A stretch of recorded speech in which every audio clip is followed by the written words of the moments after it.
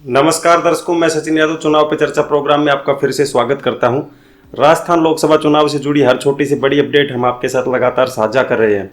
और जब से राजस्थान में लोकसभा चुनाव समाप्त हुए, लोगों में ये जानने की बड़ी उत्सुकता है कि इस बार राजस्थान में बीजेपी और कांग्रेस को कितनी कितनी सीटें मिल रही हैं।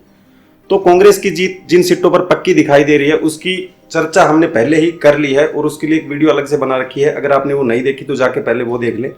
और अभी फिलहाल इस एपिसोड में हम चर्चा करने वाले हैं कि जहां से बीजेपी जो है वो अपनी सीटें जो है पक्की करती हुई दिखाई दे रही है, तो इसके ऊपर हम चर्चा करते हैं। और कुछ रिपोर्ट्स हमारे सामने आज उपस्थित हैं जिनके आधार पर हम आपसे चर्चा करने वाले हैं कि बीजेपी जो है कौन सी सीटें जो है पक्की करती हुई दिखाई दे रही है। तो सर, सबसे पहले अगर बात करें लोकसभा सीट की, जोधपुर से अगर शुरुआत कर लेते हैं सबसे पहले, मेरे ख्याल से वही सही रहेगा। तो जोधपुर की जो लोकसभा सीट है उसके अंदर जो है बीजेपी और कांग्रेस की क्या सिचुएशन आपको फिलहाल दिखाई दे रही है? देखो, बीजेपी की जो सीट है वो मंत्री जी की सीट है जी। बीजेपी से यहाँ उम्मीदवार हैं गजेंद्र सिंह शेखावत जी, वहीं कांग्रेस से उम्मीदवार हैं करण सिंह जी। इस सीट पर बीजेपी की बड़ी जीत होती हुई दिखाई दे रही है। ये पहली सीट है जो बीजेपी के खाते में आसानी से जाते हुए दिखाई दे रही है। इसके बाद सर, जैसे आपने जोधपुर का हाल अपने दर्शकों के साथ साझा किया, इसके बाद सर नेक्स्ट लोकसभा सीट अगर पाली के बारे में चर्चा की जाए तो पाली में किस हिसाब का जो है फिलहाल चुनावी माहौल बना हुआ है? तो किस तरफ जो है उम्मीदवारों की सीट जो है वो रुक कर चुकी है या कौन सी पार्टी की तरफ जो है ज़्यादा पलड़ा भारी दिखाई दे रहा है?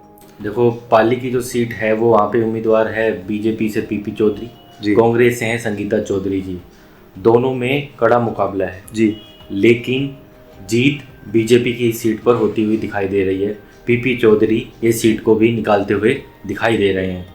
तो सर, जैसे अब तक हमने 2 लोकसभा सीटों की चर्चा कर ली, इसके बाद सर थर्ड लोकसभा सीट की अगर चर्चा की जाए जो अजमेर से आती है, तो अगर उस विधानसभा की चर्चा की जाए, कहीं ना कहीं हमने बार बार वीडियो में चर्चा भी की है कि जो जाट समुदायों का आपस में जो है आमने सामने इस सीट में दिखाई दे रहे हैं, तो इसके अंदर जो है किस प्रकार का चुनावी माहौल इस सीट के ऊपर बना हुआ है? देखो, जैसे आपने अजमेर के बारे में पूछा, यहाँ पर उम्मीदवार हैं बीजेपी की तरफ से भागीरथ चौधरी जी, वहीं कांग्रेस की तरफ से हैं रामचंद्र चौधरी जी। यानी कि चौधरी वर्सेस चौधरी की टक्कर है जी। लेकिन भागीरथ चौधरी जी के लिए ये कहा जाता है कि ये बहुत ही किस्मत वाले हैं जी। जहाँ जहाँ जिस पद पे इन्होंने चुनाव लड़ा उसमें विजय हासिल करी है। यानी कि ये मेहनत से ज़्यादा किस्मत पर मेहरबान होते हैं और ये सीट भी आराम से भागीरथ चौधरी जीतते हुए दिखाई दे रहे हैं। ये तीसरी सीट है जो बीजेपी के खाते में बड़े अंतर से जाती हुई दिखाई दे रही है जी। तो जैसे सर आपने बताया इस लोकसभा सीट के बारे में कि भागीरथ चौधरी जी जो है वो नसीब के धनी हैं। इसके बाद सर नेक्स्ट लोकसभा सीट अगर चित्तौड़गढ़ की तरफ हम रुख करें कि उसमें जो है किस प्रकार का माहौल अपने को दिखाई दे रहा है, कौन सी पार्टी जो है अपनी बढ़त बनाए हुए है? देखो, चित्तौड़गढ़ पर बीजेपी के राजस्थान अध्यक्ष सीपी जोशी जी उम्मीदवार हैं जी, वहीं कांग्रेस से हैं उदयलाल आंजना जी। और ये सीट भी जैसे राजस्थान बीजेपी के अध्यक्ष हैं और जितना बड़ा कद है उतने ही बड़े अंतर से ये सीट भी आसानी से सीपी जोशी जी जीतते हुए दिखाई दे रहे हैं। और इसमें दूसरा फैक्टर आप शहर का भी मान सकते हैं। चित्तौड़गढ़ एक शहर है और शहर में बीजेपी का जलवा है। और दूसरा एक फैक्टर और भी अगर देखें तो मारवाड़ में जितने भी मारवाड़ क्षेत्र हैं वहाँ पर कांग्रेस काफ़ी कमज़ोर है जी, और वहाँ पर बीजेपी के लिए जीतना बेहद आसान है। जैसे आप फिर चित्तौड़गढ़ देख लें, उदयपुर देख लें, तो ऐसी जगह हैं जहाँ पर बीजेपी बहुत ज़्यादा मजबूत है बजाय कांग्रेस के जी। तो इसलिए ये फैक्टर भी ये जहाँ पर दिखाई दे रहा है और ये सीट भी आसानी से बीजेपी के खाते में जाती हुई दिखाई दे रही है जी। इसके बाद सर एक लोकसभा सीट कोटा की अगर मैं बात करना चाहूँ, जो बहुत बड़ी लोकसभा सीट जो है एक के रूप में जो है देखी जाती है देश में, क्योंकि कहीं ना कहीं जो है उस सीट का चुनाव डायरेक्ट है कि देश की संसद से सीधा है, तो उसमें जो है किस प्रकार का माहौल आपको दिखाई दे रहा है? देखो, जो आपने सही कहा, कोटा की सीट एक इस राजस्थान के इलेक्शन की सबसे बड़ी सीट होगी जी, क्योंकि जो यहाँ पर बीजेपी के उम्मीदवार हैं उनका कद जितना बड़ा है इस सीट पर, इतना बड़ा कद शायद किसी भी और प्रत्याशी का हो। क्योंकि यहाँ पर बीजेपी के प्रत्याशी हैं ओम बिरला जी जो लोकसभा के स्पीकर हैं। उनका कद उपराष्ट्रपति जी के बाद तीसरा कद देश में माना जाता है जी। तो ओम बिरला जी का जितना बड़ा नाम है उतने ही बड़े अंतर से वो जीतते हुए भी सीट पर दिखाई दे रहे हैं। यहाँ पर प्रत्याशी हैं बीजेपी की तरफ से ओम बिरला जी, वहीं कांग्रेस की तरफ से प्रत्याशी हैं बेलाद गुंजन जी। लेकिन बीजेपी प्रत्याशी ओम बिरला जी बड़ी जीत की तरफ बढ़ते हुए दिखाई दे रहे हैं। इसके बाद सर मैं नेक्स्ट लोकसभा सीट की बात करना चाहूँ आपसे, जो फिलहाल चर्चा का विषय भी बनी हुई है। तो मैं बात कर रहा हूँ सर झालावाड़ बारां की जो लोकसभा सीट है उसकी। और कहीं ना कहीं राजस्थान की पूर्व मुख्यमंत्री जो है लगातार इस सीट के लिए अपना प्रयास जो है उन्होंने इस सीट के लिए, तो आपको क्या लगता है कि उनका प्रयास जो है कहीं ना कहीं सक्सेस होता हुआ भी अपने को दिखाई दे रहा है? देखो, झालावाड़ बारां की जो सीट है वो शुरू में ही पता चल गया था कि इसमें किसकी जीत होगी। यानी कि बीजेपी इस सीट पर पिछली बार भी बड़े अंतर से जीती थी और इस बार भी बड़े अंतर से जीतने जा रही है। बीजेपी से यहाँ प्रत्याशी हैं वसुंधरा राजे जी के पुत्र, जैसा आपने बताया, दुष्यंत सिंह जी। वहीं कांग्रेस से प्रत्याशी हैं उर्मिला जैन भाया जी। लेकिन ये सीट बड़े अंतर से बीजेपी के खाते में आसानी से जाते हुए दिखाई दे रही है। कांग्रेस यहाँ कहीं पर भी टक्कर में नहीं दिखाई दे रही है जी।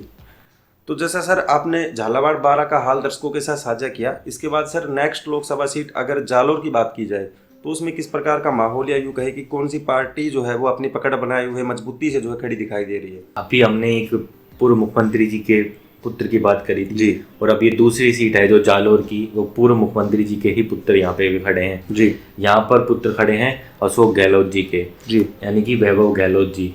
और इस वजह से इस सीट की भी काफ़ी चर्चा देश में इस बार हुई जी। लेकिन जिन लोगों के अंदर इस सीट का रिजल्ट जानने के लिए उत्साह बना था उनको भी चौंकाने जा रही है जी। इस सीट पर प्रत्याशी हैं बीजेपी से लुबाराम चौधरी जी और कांग्रेस से हैं अशोक गहलोत जी के पुत्र वैभव गहलोत जी। लेकिन ये सीट के आंकड़े चौंकाते हुए वैभव गहलोत जी को बड़ी हार की तरफ बढ़ता हुआ दिखाई दे रहे हैं और लुबाराम चौधरी आसानी से इस सीट को जीतते हुए दिखाई दे रहे हैं और ये सीट बीजेपी के खाते में दिखाई दे रही है। यहाँ पर चुनाव कभी बना ही नहीं पाए गहलोत जी और यहाँ पर चुनाव नहीं बन पाया, जिसकी वजह से बड़ा अंतर हार का दिखाई दे रहा है जी।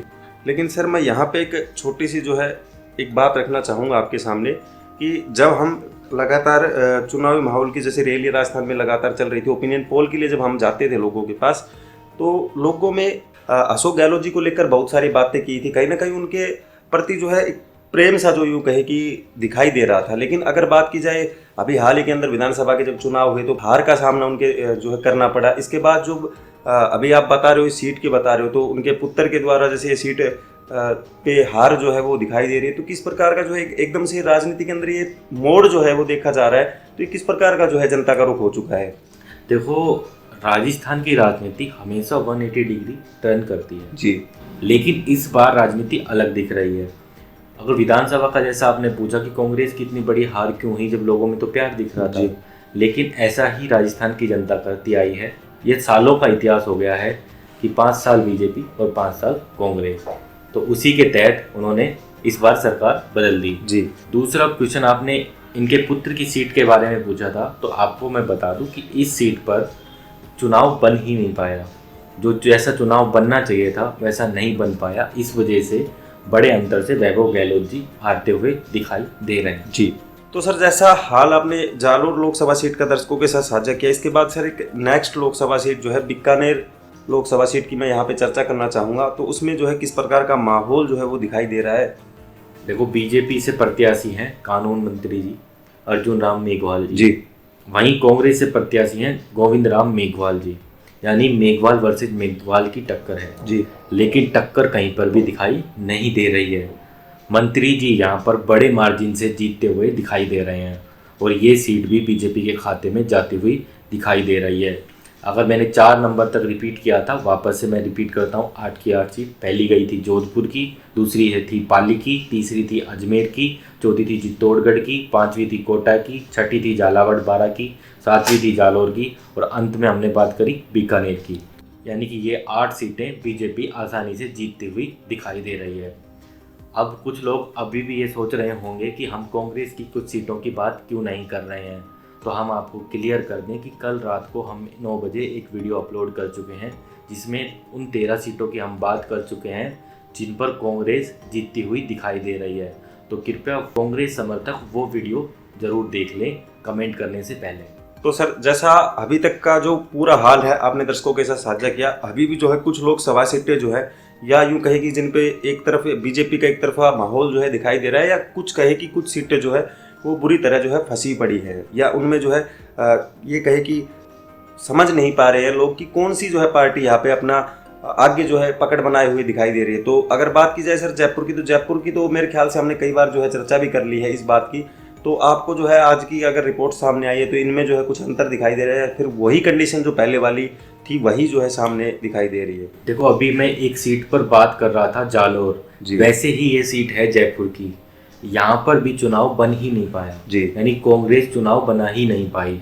और इस सीट पर शुरू से ही ये पता लग रहा था कि बीजेपी बड़ी जीत हासिल करेगी, लेकिन ये पता लग रहा था कि बड़ी जीत हासिल करेगी, लेकिन कांग्रेस चुनाव नहीं बना पाई, क्योंकि बाद में कई बार समीकरण बदल जाते हैं। लेकिन जयपुर में चुनाव बना ही नहीं पाई और बीजेपी की खाते में ये सीट आसानी से जाती हुई दिखाई दे रही है।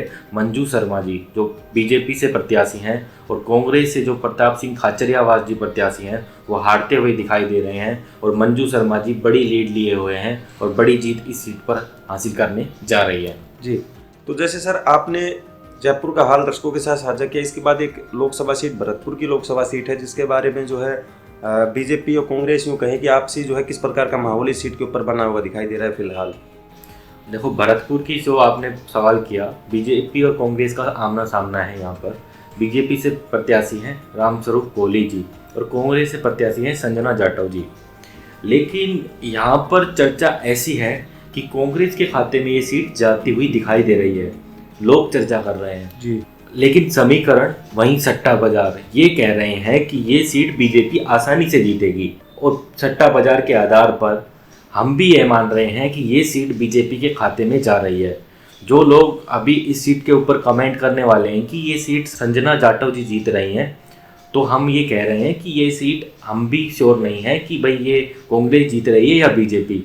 लेकिन जितने भी समीकरण हमारे सामने आ रहे हैं उसके आधार पर हम बता रहे हैं कि इस सीट पर बीजेपी के प्रत्याशी रामस्वरूप कोहली जी जीतते हुए दिखाई दे रहे हैं और कांग्रेस प्रत्याशी संजना जाटव जी हार की तरफ बढ़ रही है। हो सकता है उनका हार का अंतर कम हो, लेकिन ये सीट बीजेपी के खाते में अभी आ रहे समीकरण के आधार पर तो जाती हुई दिखाई दे रही है।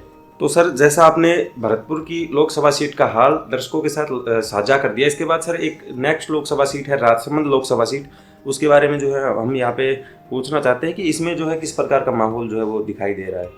देखो, राजसमंद में बीजेपी ने पिछली बार भी एक बड़ी जीत हासिल करी थी, इस बार भी कुछ ऐसे ही बीजेपी करते हुए दिखाई दे रही है। बीजेपी में यहाँ पर प्रत्याशी हैं महिमा कुमारी जी और कांग्रेस से प्रत्याशी हैं दामोदर प्रसाद गुर्जर जी। बीजेपी प्रत्याशी महिमा कुमारी जी इस सीट पर बड़ी जीत हासिल करने जा रही है। तो यहाँ पे सर जो अपन आंकड़े लगातार दर्शकों के साथ साझा कर रहे हैं तो लगातार हमें कमेंट्स भी प्राप्त हो रहे हैं, उनमें हमें पता लग पा रहा है कि जो आंकड़े हैं वो एक प्रकार से फर्जी है। तो आप जो है इन आंकड़ों का एक बार दर्शकों के साथ साझा कर दे और इनके जो है दिमाग में जो क्लियरिटी है वो कर दे कि ये जो है आंकड़े हम किस अनुभव के ऊपर जो है लगातार पेश कर रहे हैं, ये कौन से आंकड़े हैं। क्योंकि हमने जैसे बात की थी मतदान प्रतिशत की, जिनको आधार माना था, इसी के साथ चुनाव आयोग की तरफ से कई सारे आंकड़े जो है सामने आए थे, तो हम लगातार उनके द्वारा पेश भी अपने आंकड़ों से मैच करके तभी है जो हम लोगों के बीच चर्चा करने के लिए सामने आते हैं। तो एक बार आप भी जो है अपने दर्शकों के साथ साझा कर दे ये चीज़ की। देखो, यहाँ पर जितने भी आंकड़े आपको बताए जा रहे हैं, पहला कि चुनाव आयोग ने मतदान प्रतिशत को ध्यान में रखा गया है। दूसरा, यहाँ पर जो ग्राउंड जीरो से जो विश्लेषण आ रहा है उसको आधार रखा गया है। तीसरा, सट्टा बाजार को भी आधार रखा गया है। चौथा, हमारे रिपोर्टर जो पब्लिक ओपिनियन करने गए थे उसके आधार पर भी ये आंकड़े बनाए गए हैं। सभी आंकड़ों को मिला के जो आंकड़े सामने आए हैं उसी आधार पर ये आपको रिजल्ट्स बताए जा रहे हैं। कुछ अन्य जैसे कांग्रेस और बीजेपी नेताओं के साथ भी हमने चर्चाएं करी हैं, वो भी कैमरे के पीछे इन आंकड़ों से सहमत हुए हैं, तो ही हम ये आंकड़े आपके साथ लेके आ रहे हैं। जी, तो जैसा सर आपने बताया अभी राजसमंद का हाल दर्शकों के साथ साझा किया, इसके बाद सर उदयपुर एक लोकसभा सीट है, उसका जो किस प्रकार का हाल अपने को दिखाई दे रहा है, तो उसके ऊपर जो है दर्शकों को एक बार बताएं। देखो, ये अंतिम सीट है उदयपुर की जो बीजेपी के खाते में आसानी से जाते हुए दिखाई दे रही है। जी, मैंने अभी चित्तौड़गढ़ की सीट पर बात करी थी जी, कि मारवाड़ में कांग्रेस काफ़ी कमज़ोर दिखाई देती है और ऐसा ही कुछ सालों से लगातार देखने को मिल रहा है। वैसे ही उदयपुर की सीट एक शहरी सीट भी है, साथ ही मारवाड़ भी है। बीजेपी ने पिछली बार भी यहाँ पर बड़ी जीत हासिल करी थी और इस बार भी बीजेपी बड़ी जीत हासिल करते हुए दिखाई दे रही है। बीजेपी से यहाँ प्रत्याशी हैं मन्नालाल रावत जी और कांग्रेस से प्रत्याशी हैं ताराचंद मीणा जी। और बीजेपी इस सीट पर बड़ी जीत की तरफ अग्रसर है, यानी कि ये सीट भी कंफर्म बीजेपी के खाते में जा रही है। अब मैं आपको वापस से 12 सीटों के बारे में जानकारी दे दूं जो बीजेपी के खाते में जा रही हैं। पहली सीट थी जोधपुर की, दूसरी थी पाली की, तीसरी थी अजमेर की, चौथी थी चित्तौड़गढ़, पांचवी थी कोटा, छठी थी झालावाड़ बारां की, सातवीं थी जालौर की, आठवीं थी बीकानेर की, नौवीं थी जयपुर शहरी, 10वीं थी भरतपुर की, 11वीं थी राजसमंद की और 12वीं थी उदयपुर की सीट।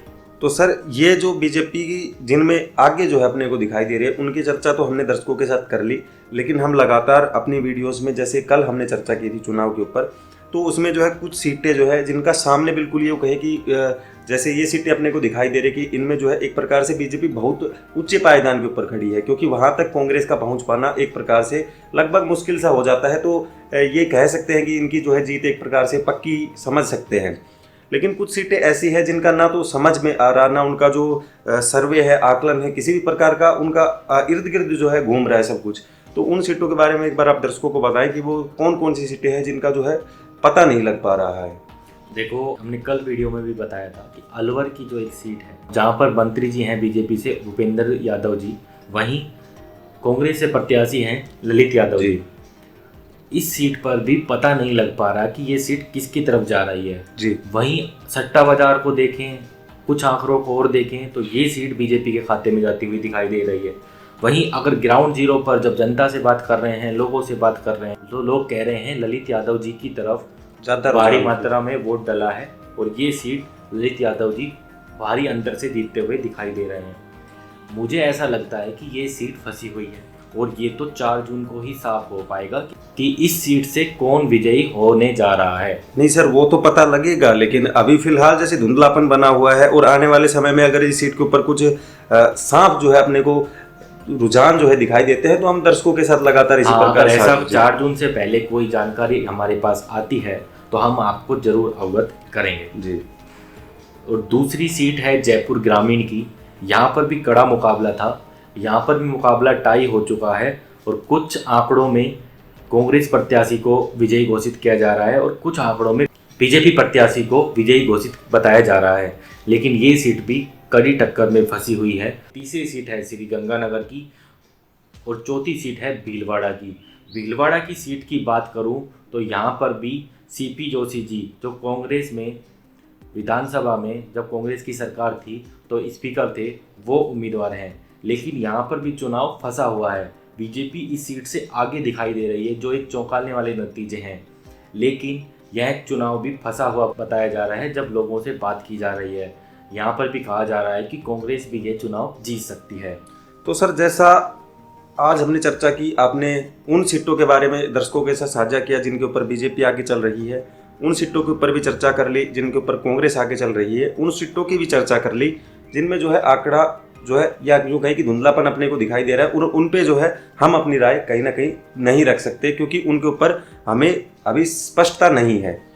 तो सर जैसे अगर इस पूरी चर्चा का अपना निष्कर्ष निकाला जाए तो अभी फिलहाल राजस्थान की 25 लोकसभा सीटों के ऊपर चर्चा कर लेते हैं, तो अपने को कितनी सीटों के ऊपर यूँ कहे कि बीजेपी आगे चलती हुई दिखाई दे रही है और कितनी सीटें जो है कांग्रेस के खाते में जाती हुई दिखाई दे रही है, जो कि स्पष्ट हो चुकी है।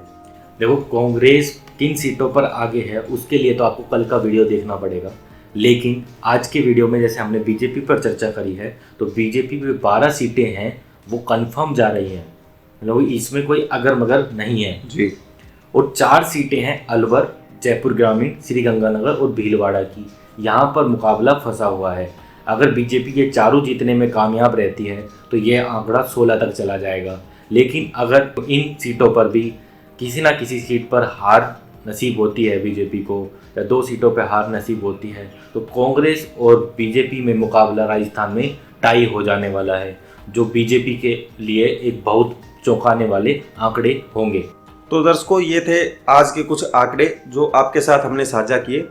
तो सर मैं जाते जाते जो है दर्शकों से ये गुजारिश भी करना चाहूँगा कि वो जो है नीचे कमेंट बॉक्स खोला है उसमें अपनी राय रखें, क्योंकि उनके जरिए भी जो है हम अपने आंकड़े जो है उनका आपसी मिलान कर सकते हैं।